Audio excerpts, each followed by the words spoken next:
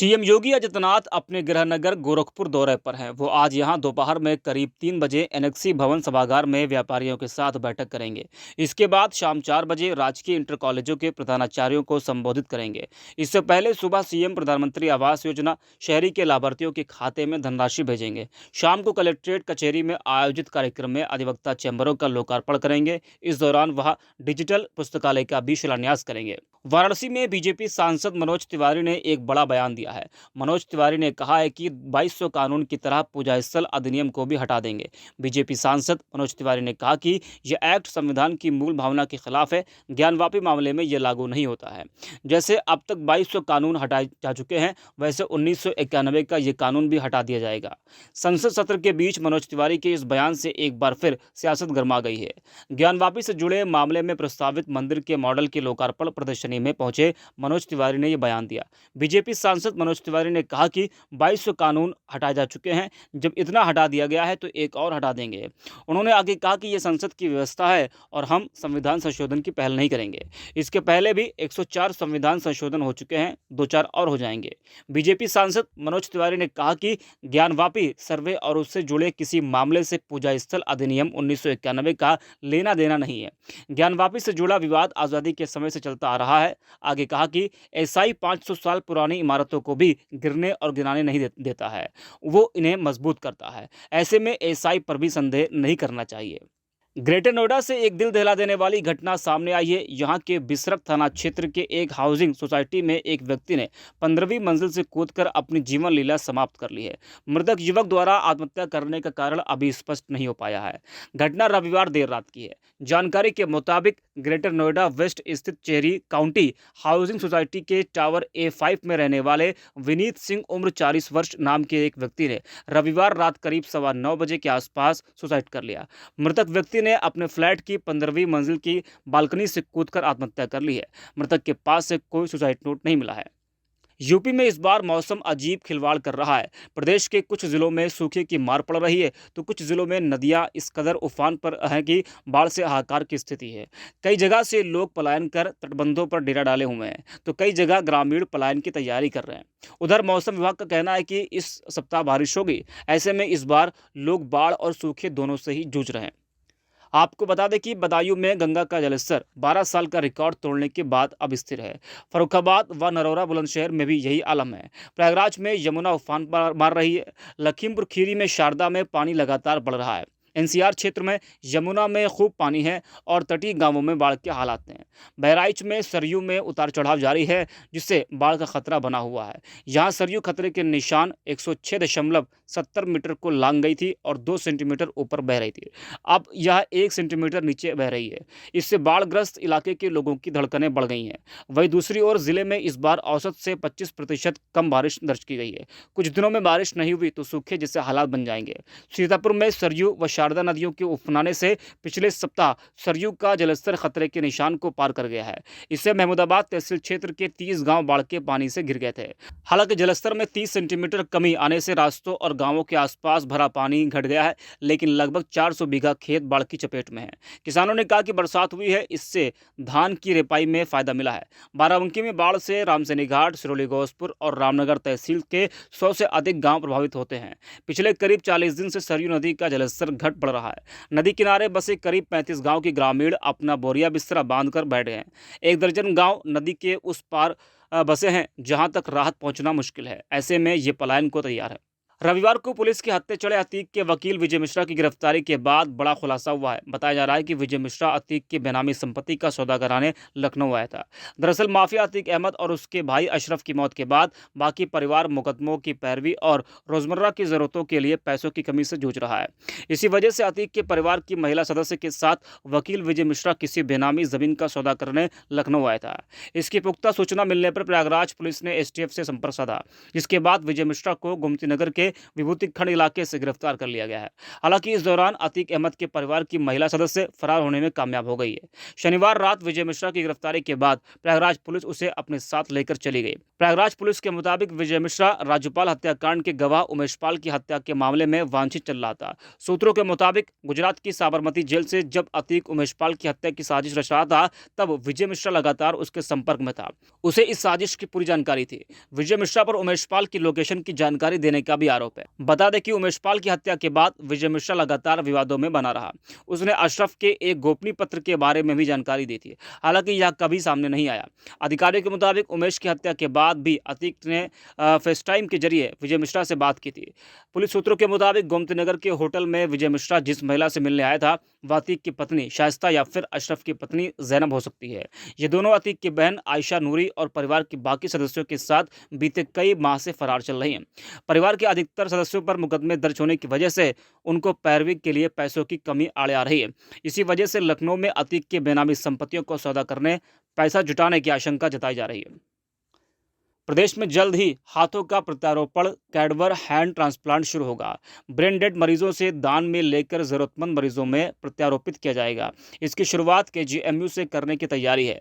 यहाँ के plastic surgery विभागाध्यक्ष प्रोफेसर विजय कुमार प्रत्यारोपण का प्रशिक्षण लेने के बाद लाइसेंस लेने की तैयारी में है। प्रदेश के सरकारी एवं निजी चिकित्सा संस्थानों में लीवर, किडनी, कॉर्निया का प्रत्यारोपण चल रहा है। हार्ट प्रत्यारोपण की तैयारी पूरी हो चुकी है। अब हाथों के प्रत्यारोपण की शुरुआत होने जा रही है। रविवार को मुंबई से हाथों के प्रत्यारोपण का प्रशिक्षण लेकर लौटे प्रोफेसर विजय कुमार ने बताया कि प्रदेश में इसकी शुरुआत होने से हर माह करीब 5 से 10 मरीजों को फायदा मिलेगा। प्लास्टिक सर्जरी विभाग में सभी सुविधाएं मौजूद हैं। यहाँ burn unit, micro surgery unit चल रही है। स्किन बैंक स्थापना का कार्य चल रहा है। इसके लिए जैव सुरक्षा कैबिनेट, कोल्ड रूम सहित अन्य उपकरणों को स्थापित किया जा रहा है। अब हाथों के प्रत्यारोपण के लिए आवेदन किया जाएगा। State organ and tissue transplant organisation से अनुमति मिलते ही इसकी प्रक्रिया शुरू कर दी जाएगी। जरूरत पड़ी तो यहाँ पहले से प्रत्यारोपण चल रहा है, वहाँ के विशेषज्ञों को भी बुलाया जाएगा। इससे यहाँ की पूरी टीम पारंगत हो सकेगी। प्रोफेसर विजय कुमार ने बताया कि मुंबई में आयोजित प्रशिक्षण कार्यक्रम में देश भर के हैंड प्रत्यारोपण करने वाले विशेषज्ञ जुटे। सभी ने अपना अनुभव साझा किया है। हाथ प्रत्यारोपण जटिल सर्जरी है। ब्रेन डेड होने वाले मरीज के परिजन अन्य अंगों की तरह हाथ दान करने के लिए जब राजी हो जाते हैं तो उसे निकाला जाता है। फिर संबंधित मरीज के उस हिस्से के कृत्रिम हैंड लगा दिए जाते हैं ताकि परिजनों को भावनात्मक रूप से तकलीफ ना हो। ब्रेन डेड से हाथ निकालने के बाद ज़रूरतमंद मरीज के हाथ की ग्राफ्टिंग की जाती है। मुख्य धमनियों, हड्डियों, नसों, मांसपेशियों सहित सभी आंतरिक हिस्से की माइक्रोप्लास्टिक सर्जरी की जाती है ताकि खून का प्रवाह शुरू हो जाए। सर्जरी के बाद मरीज की रिहैबिलिटेशन की ज़रूरत होती है। उसे फिजियोथेरेपी व ऑक्यूपेशनल थेरेपी करानी होती है। मरीज को कुछ दवाएं ताउम्र लेनी पड़ती है। इस तरह इम्यूनोलॉजिल दवाएं भी दी जाती हैं ताकि लगाए गए कृत्रिम हाथ को शरीर स्वीकार कर ले। हाथ प्रत्यारोपण में करीब 10 से 15 लाख रुपए खर्च होता है। देवरिया में सोमवार को दिल दहला देने वाली घटना सामने आई है। यहाँ भोर में बरहज स्थित सरयू नदी से जल भरने जा रहे कांवड़िए हाई वोल्टेज करंट की चपेट में आ गए, जिससे मौके पर ही 2 कांवड़ियों की मौत हो गई। वही घटना में 2 कांवड़िया झुलस गए। हादसा कपरवार के बिनोपारी गांव के निकट हुआ। मदनपुर से निकला कांवड़ियों का जत्था ट्रॉली पर डीजे बांधकर जा रहा था कि 11,000 हाई वोल्टेज तार की चपेट में आ गया। ट्रॉली पर बैठे मदनपुर के 2 युवकों की मौत हो गई। सोमवार सुबह मदनपुर कस्बा के कुछ युवक ट्रॉली बनाकर बरहज स्थित सरयू नदी से जल भरने के लिए निकले। कांवड़ियों ने ट्रॉली पर काफ़ी ऊंचाई में डीजे बांध रखा था, जिसमें मदनपुर कस्बा का खटीक टोला निवासी शैलेंद्र राजभर का बेटा दीपक राजभर और सुरेंद्र गुप्ता का बेटा अमन गुप्ता भी शामिल है। कपरवार के निकट सड़क के किनारे 11,000 हाई वोल्टेज की तार की चपेट में डीजे आ गया, जिससे ट्रॉली में करंट उतर गया। ट्रॉली पर सवार दीपक और अमन सहित 4 लोग झुलस गए। घायलों को महन प्राथमिक स्वास्थ्य केंद्र ले जाया गया, जहां चिकित्सक ने अमन और दीपक को मृत घोषित कर दिया। घटना की खबर मिलते ही मदनपुर कस्बे में शोक की लहर दौड़ पड़ गई। मदनपुर कस्बा के शैलेंद्र राजभर के तीनों बेटों में बड़ा बेटा दीपक गनियारी इंटर कॉलेज में पढ़ता था। पिता चौराहे पर दुकान खोले रखे हैं। मौत की सूचना पाकर मां सरिता देवी बेहोश हो गई। छोटे भाई विवेक, नितिन और प्रियंका बेजार होकर रोने लगी। वही सुरेंद्र गुप्ता बेटे अमन की मौत की खबर बर्दाश्त नहीं कर पाए और बदमाश होकर गिर गए। अमन माँ बाप का इकलौता बेटा था। उसकी 2 बहन सोनम और मोनी हैं। गाजियाबाद के घंटाघर कोतवाली क्षेत्र में बीजेपी पार्षद और पूर्व कार्यकारिणी उपाध्यक्ष के इंजीनियर भाई से सिग्नल पर हुई मारपीट के मामले में पुलिस की शिकायत पर पार्षद समेत 7 पर केस दर्ज किया गया है। 16 जुलाई की रात घटना में शनिवार शाम को केस दर्ज किया गया है। हालांकि इस मामले में दोनों पक्ष के वीडियो सामने आए हैं। इसके बाद इसकी जांच शुरू हो गई है। पुलिस से मिली जानकारी के अनुसार सोशल मीडिया पर पुलिसकर्मी का कॉलर पकड़ने के मामले में वीडियो वायरल हुआ था। इसी के आधार पर आर्यनगर कोटगांव के बीजेपी से पार्षद और पूर्व कार्यकारिणी उपाध्यक्ष अभिषेक चौधरी, उसके भाई अर्पित चौधरी, चिराग चौधरी, नीरज चौधरी, निशांत चौधरी, चंद्रपाल चौधरी और अभिषेक चौधरी के साथियों पर केस दर्ज किया गया है। डीसीपी सिटी निपुण अग्रवाल ने बताया कि मामले में केस दर्ज होने के बाद कुछ वीडियो सामने आए हैं। उसके आधार पर सभी एंगल से इस मामले की जांच की जा रही है। जानकारी के अनुसार घटना 16-17 जुलाई की रात करीब 1 बजे की है। इस मामले में पुलिस का कहना है कि टीएसआई रणधीर सिंह और कांस्टेबल रोहतास कार में थे। चौधरी मोड़ के पास एक कार उनके आगे आकर रुकी और उसमें उतरे एक व्यक्ति ने कांस्टेबल के साथ मारपीट की। इस दौरान मौके पर पहुंची थाने की पुलिस के साथ अभद्रता की गई। टीएसआई रणधीर से बात की गई तो उन्होंने कहा कि आगे चल रही कार में सवार युवक नशे में थे। दूसरी तरफ पार्षद अभिषेक चौधरी ने पुलिसकर्मियों पर नशे में होने का आरोप लगाने लगा। इस मामले में कुछ वीडियो भी सामने आए हैं जिसमें कांस्टेबल रोहतास के नशे में होने की बात कही जा रही है। पार्षद ने बताया कि उनका भाई आगरा की कंपनी में आर्किटेक्ट है। वह रात में करीब 1 बजे लौट रहा था। इस दौरान रेड लाइट पर कार रुकी तो पुलिसकर्मी जबरन हूटर बजा रहे थे। विरोध करने पर उन्होंने मारपीट की। इस दौरान कार पर भी डंडा मारा गया। आरोपी की पुलिसकर्मी ने ड्रिंक की हुई थी और कार में तेज आवाज में गाने बजा रखे थे।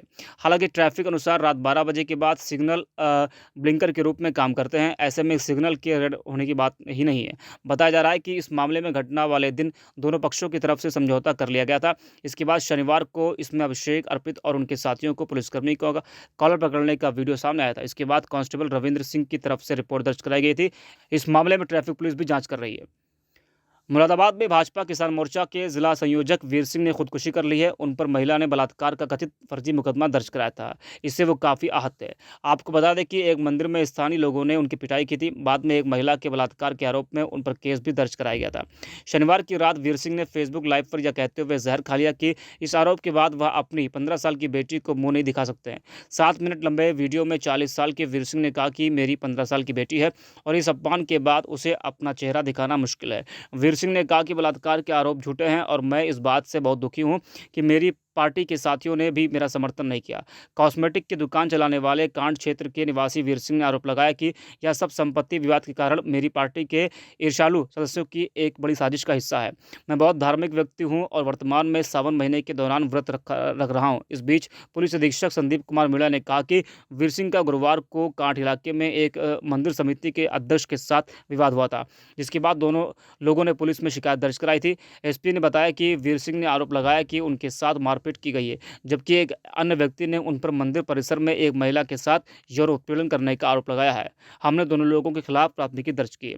शनिवार शाम को हमें पता चला कि सिंह ने जहर खा लिया और बेहोश हो गए। हम उन्हें इलाज के लिए अस्पताल ले गए। उनकी हालत में सुधार हुआ है और हम जल्द ही उनका बयान दर्ज करेंगे। हम उनके परिवार को निष्पक्ष जांच का आश्वासन देते हैं।